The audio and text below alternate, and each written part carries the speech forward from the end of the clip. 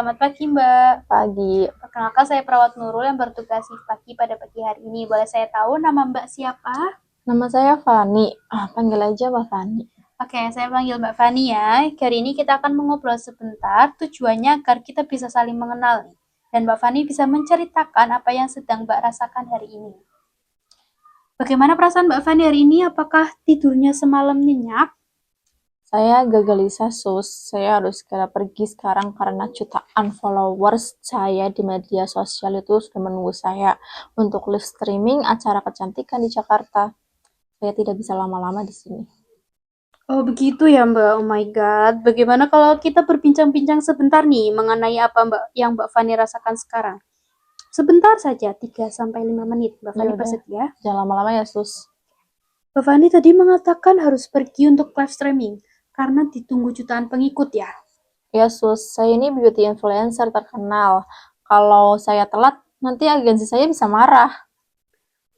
Oh begitu Mbak Fani.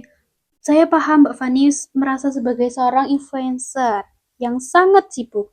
Namun coba kita lihat di sekitar kita. Mbak Fani sekarang berada di rumah sakit bersama saya. Ada saya, Perawat Nurul, dan sekarang adalah hari Jumat jam 9 pagi, dan kita sedang duduk di ruang tamu, bukan di tempat acara. Tapi saya benar-benar ingin dandan dan bertemu orang-orang sus. Jadi Mbak Fani ingin sekali menyalurkan bakat dandan dan ingin penampilan Mbak selalu rapi serta diperhatikan orang lain ya. Ya jelas lah sus. Nah, karena sekarang Mbak Fani sedang dirawat di sini, bagaimana kalau kita penuhi kebutuhan Mbak untuk tampil rapi secara realistis nih? Kebetulan hijab Mbak Fani ini masih agak sedikit berantakan. Bagaimana kalau saya bantu Mbak Fani untuk merapikan hijab dan memakai make up tipis agar Mbak Fani terlihat segar dan cantik? Boleh lah sus. Oke. Wah, hebat sekali Mbak Fani. Coba lihat di cermin nih. Setelah dirapikan dan di make up sedikit-sedikit, wajah Mbak Fani terlihat sangat segar, cantik, dan rapi sekali.